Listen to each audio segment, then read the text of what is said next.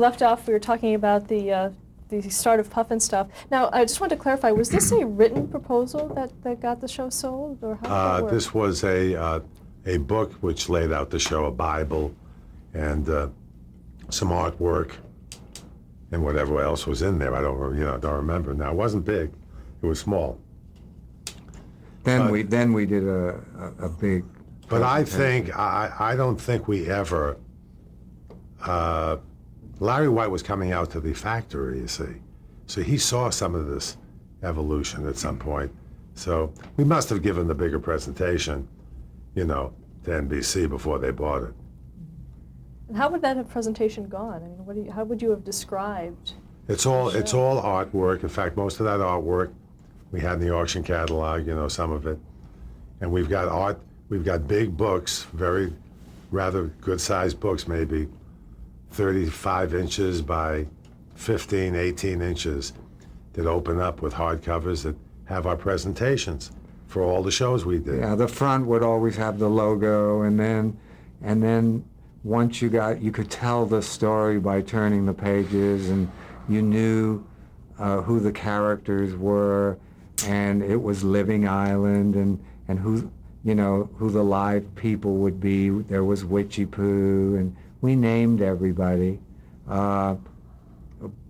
in the presentation. We set out the pattern of how to sell a show in the kids area, and it wasn't by writing 12 pages that nobody reads it. Yeah. And if they do read it, they will never pick it up based on that.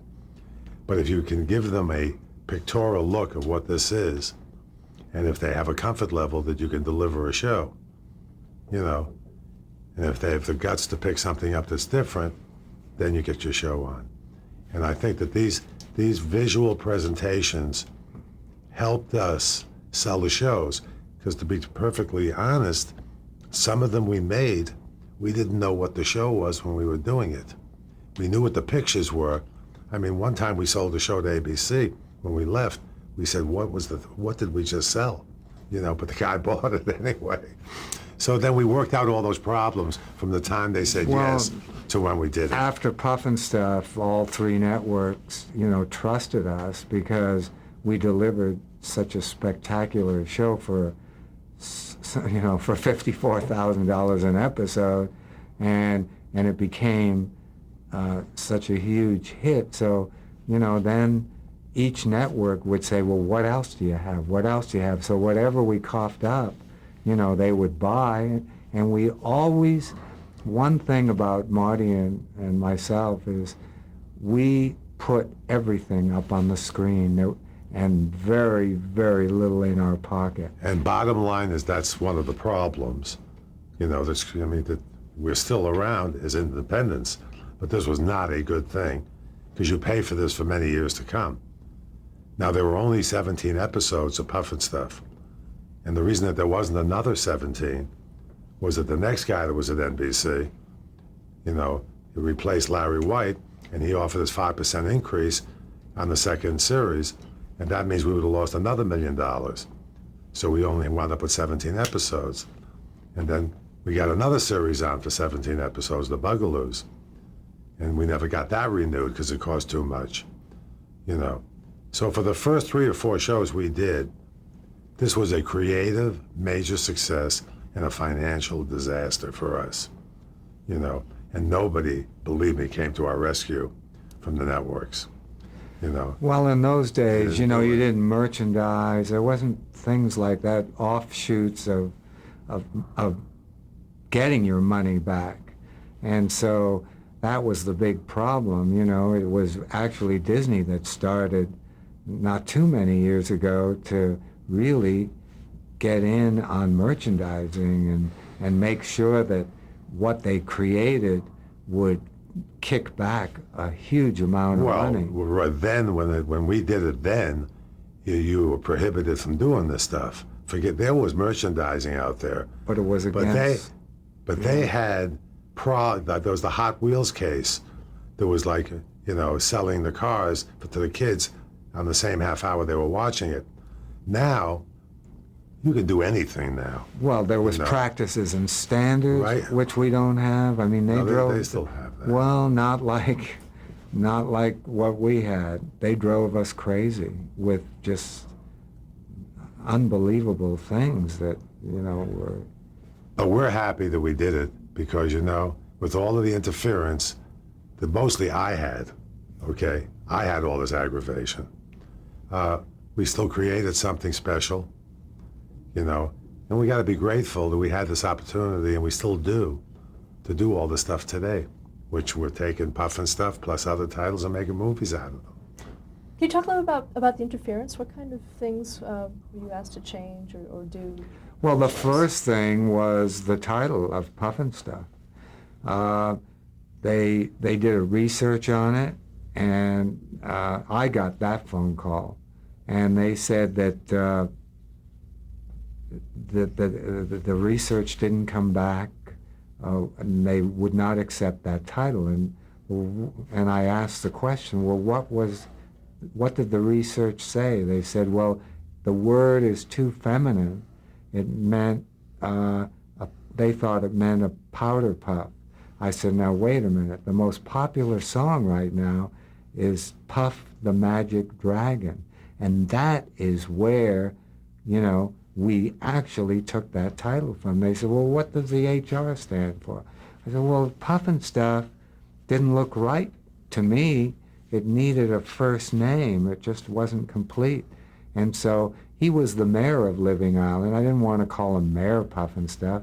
So we took Royal Highness and turned the letters around, and because it just felt right. And that's where HR came from, and that's where the word Puffin Stuff Well, came from.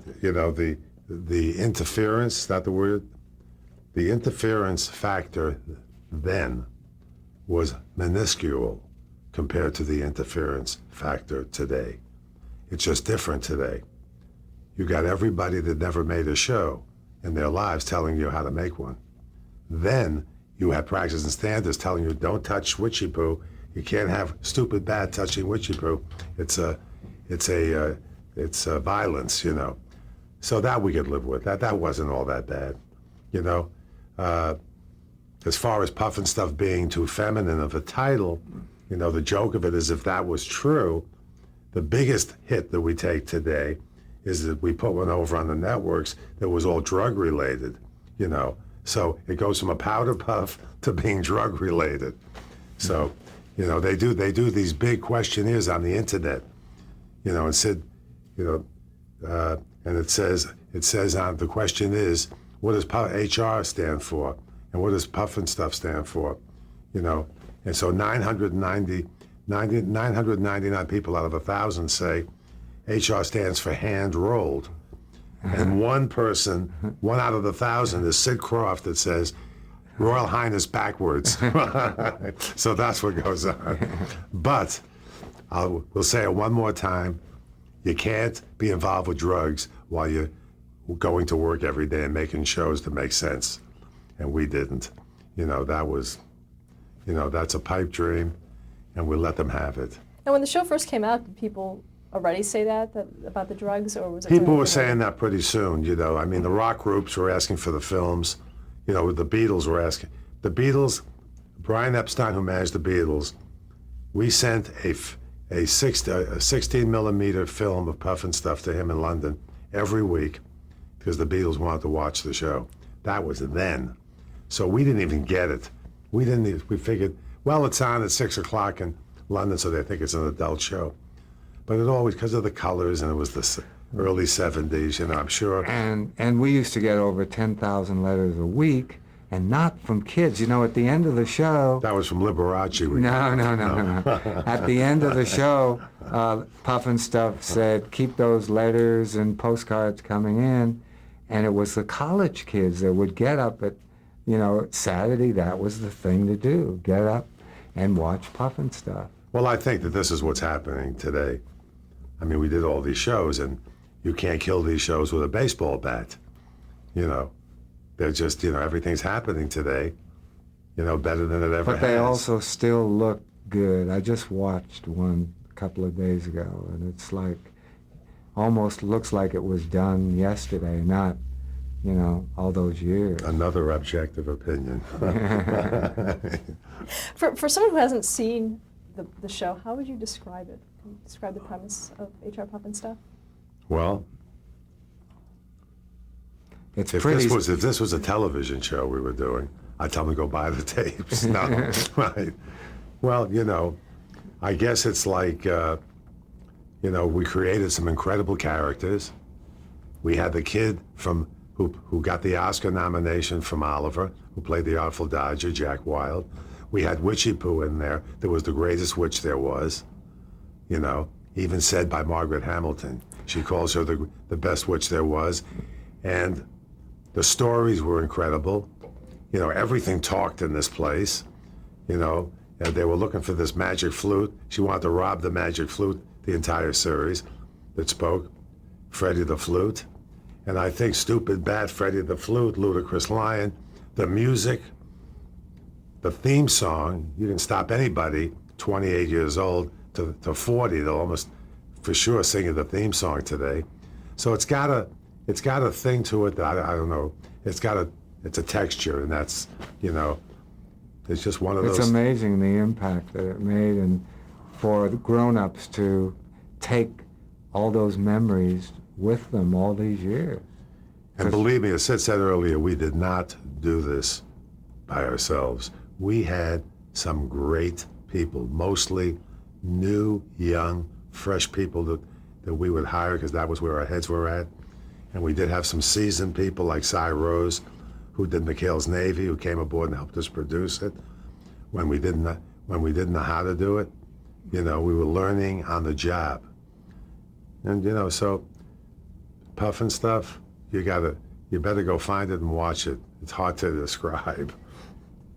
Let's talk about some of the cast. Jack Wilde, how did he get cast for the program? Well, what actually happened is that I had a great friend, Lionel Bart.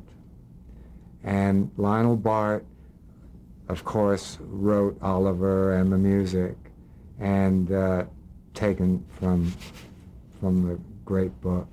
And Lionel Bart wanted me to come and see a rough cut. It didn't have any scoring in it, no sound effects, and because he was very, very worried about the movie.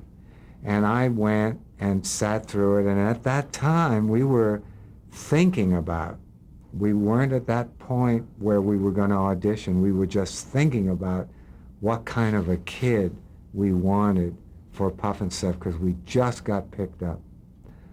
And when I saw that kid on the screen as the Artful Dodger, the next day I said to my brother Marty, oh my God, I saw this kid, and there's nobody but this kid. We gotta find this kid. So you go get him, go take a plane to London, and I'll be home in Los Angeles, and go do this. And don't come back until you have him.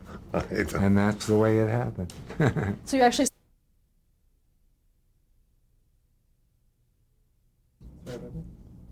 Okay, so you were talking about the casting of Jack Wilde. So you had Right. actually asked Jack Wilde before Oliver was even released? No, Jack Or Wilde, was it- we did not hire Jack Wilde until he was, I think, nominated for an Oscar, and that's when we hired him.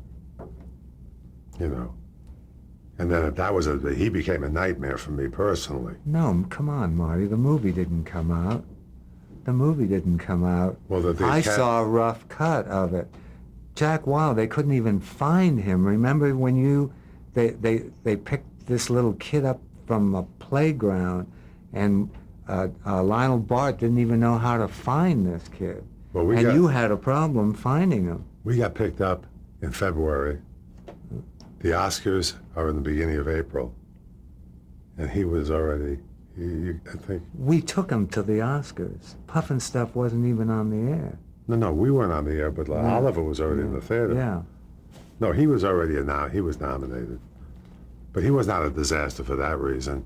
I made the biggest mistake. I had 3 daughters, 2 at the time, that I put him in my house, and I was his guardian. And he brought his brother. So that was 1 year of a nightmare. He was 15 or 16 Of a total years nightmare. old. But you know, I barely survived that one. But he was incredible. This kid was incredible. You know, then he went back home after he did a few things. He became the biggest kid in America. It was like he had all the following. All the girls were chasing him.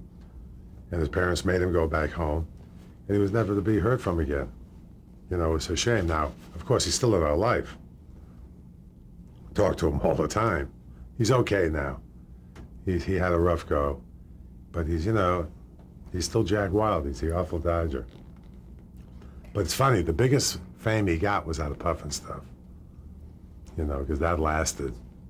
As you know, I don't know whether you know, those 17 episodes were on 2 networks for 5.5 to 6 years, every Saturday morning, repeating, and they were getting anywhere from a 7 to a 10 rating, which is like almost prime time ratings today. But there were only the 3 networks then. So that's the Jack Wild answer. What about the casting of Billy Hayes as Witchy Poo? Well, what happened was we put a call out, and the first person that came in was famous. What was her name? I don't know who Penny Marshall. Yeah, Penny Marshall came in, and not too good as a witch, you know, would be a New York witch. And the second person that came in was Billy Hayes. And she jumped up on our desk and did that cackle, and because she was Mammy Oakham in Little Abner and had never done anything out in Hollywood. She was a Broadway actress. And just got out here, and someone told someone that I knew, told her that we were casting for a television show and we were looking for a witch. And we hired her right on the spot. So those were the only 2 people that we saw for that part. Now, if that happened today, there'd be 43 executives sitting there that know how to do this. And you wouldn't get a decision on this after 150 witches, you know. I mean, so we were lucky. We hired these people without they trusted us. There was trust in those days. But we're still doing it, so we have to deal with all this. What's some of the costume characters? Who played Puffin Stuff? Well, on the series, we had somebody... An Italian puppeteer. Yeah. That... I can't... Giancarlo, I can't think of his name right now. Oh, was that Roberto Gabonet? Roberto, you're right. Thank you. Roberto was on the series. The one that survived it all, though, was Van Snowden, who did it. He was still around and still doing everything for us. It was just terrific. And so that's now Sharon Baird played Shirley Puffin Stuff, and she was one of the Mouseketeers, Sharon Mouse. And of course, Judy Frog. She played Judy Frog. And the Boyds. And then she was the Boyd. Of course, Billy Barty was in many. Sparky and the Bugaloos, and in Puffin Stuff, he was the Pelican. We probably employed more or as many little people as the Wizard of Oz. Yeah. Because there were all little people in those costumes. They were terrific to work with. They were so happy to have that job and be in that world. Well, you mentioned the character Judy the Frog. How did that character come about? Well, I toured with Judy Garland for over a year and a half, and Marty was my assistant at that time, and I was the opening act for Judy Garland. And what an honor that was to appear in her very first Las Vegas appearance. And that character just came from knowing Judy Garland. I had to do Judy the Frog. What's the other characters? Is it Dr. Blinky? Is that based on anyone? Well, no, Dr. Blinky, the owl, we wanted to teach. Well, everything doesn't have a reason. No, you create. but we wanted to have little lessons sneaky little lessons in all of our shows. Because we knew that children go to school 5 days a week, and Saturday is their day, and we don't want to educate them. But Dr. Blinky was a very important character because he was a doctor that lived in this house that was on crutches. And the reason it was on crutches is because the fireplace smoked too much, and the house had a terrible cough. So that's how we got little messages in there. And kids didn't pick that up until, they saw the shows. A month ago. No, they saw the shows as adults, and said, wow, that is so cool, Did you have a lot of that? Did you often try to put messages? Oh, all of our shows, there are little tiny messages. But very tiny. Yeah. Let's talk about the day-to-day production of the show. How did that work? Who wrote the scripts for you? Oh, we always had a big staff. I mean, if you talk about Puffin Stuff, there were just 2 writers that wrote the 17 shows. Bob Rodolphe and Lenny Weinrib. Lenny and Weinrib. Cy Rose rewrote them with our input. And we were on hands-on. It was our first show. Puffin Stuff was the first show. It was overwhelming. And, we leaned on people who had done it before. And, and we still lean on people who did it before. Okay, let's talk about the rehearsal process and the filming. How did that all come together? Well, there wasn't the rehearsal. We shot 5 days a week. There was no rehearsal. No, the rehearsal we was... would do it because there were live people on stage that did the voices. Not on Puffin Stuff. No, we put them in later, I think, didn't we? No, for sure. Yeah. And so just the script girl... It was a big problem. Yeah, the script girl would read the lines, and then later we put the voices in. But later in most of our shows down the line, we had live people on stage doing the voices. We did things a lot more economically later. I mean, after we got through getting killed doing these shows, we understood what the downfalls were. We learned something, and I learned that you learn a lot because we were on the line for this, and I'll tell you the other thing, doing the voices like we did them, and they weren't on stage live, which you couldn't afford to do. You'd be paying these actors, the voice actors, they start coughing after 2 takes, and they start, like they're dying. So, to listen to that for 15 weeks, you'd never get through it. But it's a miracle it worked out as well as it did, with the timing and everything. Because the script girl reading it is not the same as the voice person doing it live. But the laugh track, how did that come about? The laugh. We were sort of against that, but Cy Rose, being in sitcoms, he felt that when the show was put together, that people or the children wouldn't know when to laugh. And I don't think they ever had a laugh track on a Saturday morning show. I don't think so. And the bottom line is, it's sad. You got to tell them when it's funny. And the laugh track, he was right, was necessary as much as we're always looking to have a real laugh track, a real audience. They are real audiences, but they're programmed in by these guys who do it. But they're never real, they're never the real thing. And in comedies, if you don't have them, you're in big trouble. Because if you don't hear a laugh track, it's not funny. And then that's the way the audience was programmed to listen to these shows. It's bizarre because even in our puppet shows, we used to have a shill sitting in the audience, and it would always be a huge older woman with a great, great laugh, and she would start, We got rid of her. We got rid of her in a hurry. She was annoying, that lady. She lasted for a week. Oh, Marty. and because people really don't know how to react to puppets and people in suits. So Well, you how got to about tell them. sitcoms? How about sitcoms? There are no suits in sitcoms. And they still have laugh tracks. That's right. Yeah. Well, and they're usually not that funny. Another major element in so many of your shows was the music element, and that's actually started with Puff and Stuff. Can you talk a little bit about that?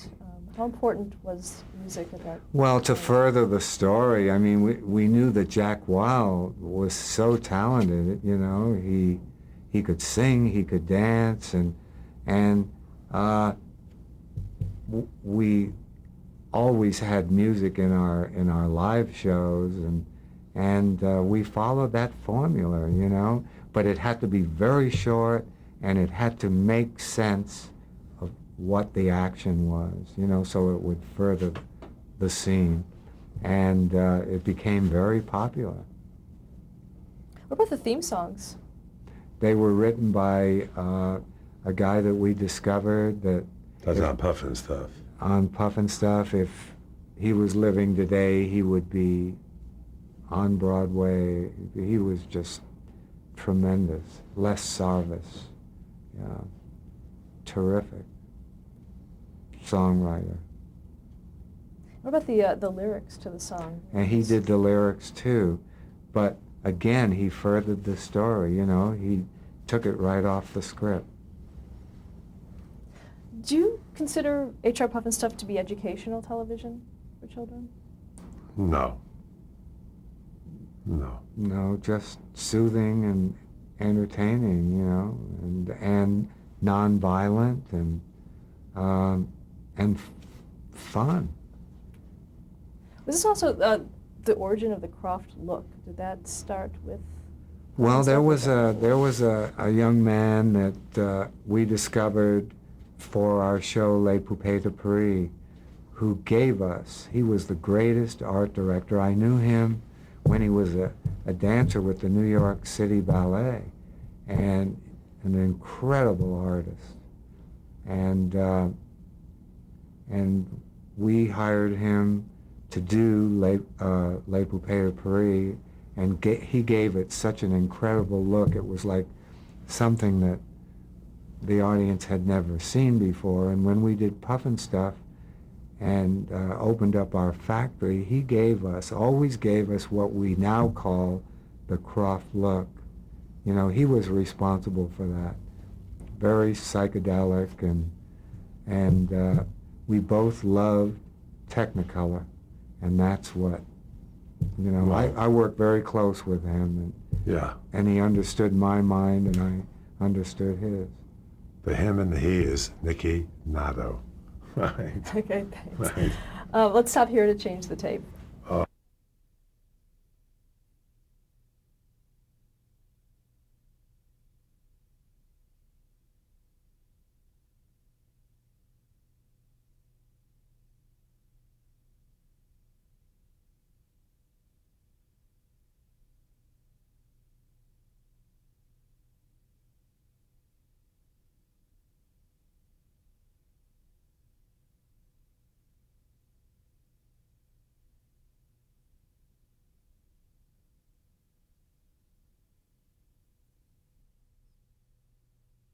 Well, to further the story, I mean, we knew that Jack Wild was so talented, you know.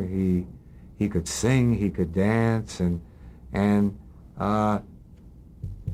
we always had music in our live shows, and we followed that formula, you know. But it had to be very short, and it had to make sense of what the action was, you know, so it would further the scene, and it became very popular.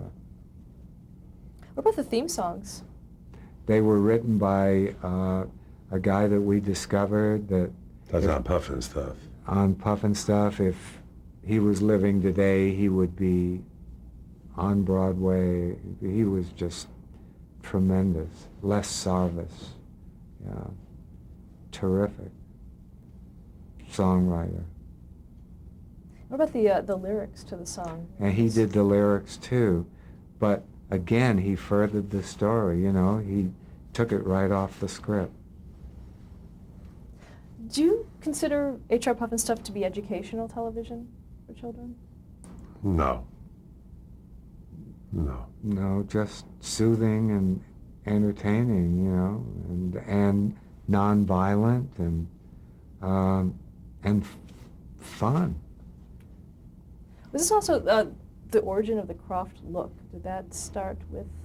Well, Puff there and was Stuff? there was a young man that we discovered for our show Les Poupées de Paris, who gave us. He was the greatest art director. I knew him when he was a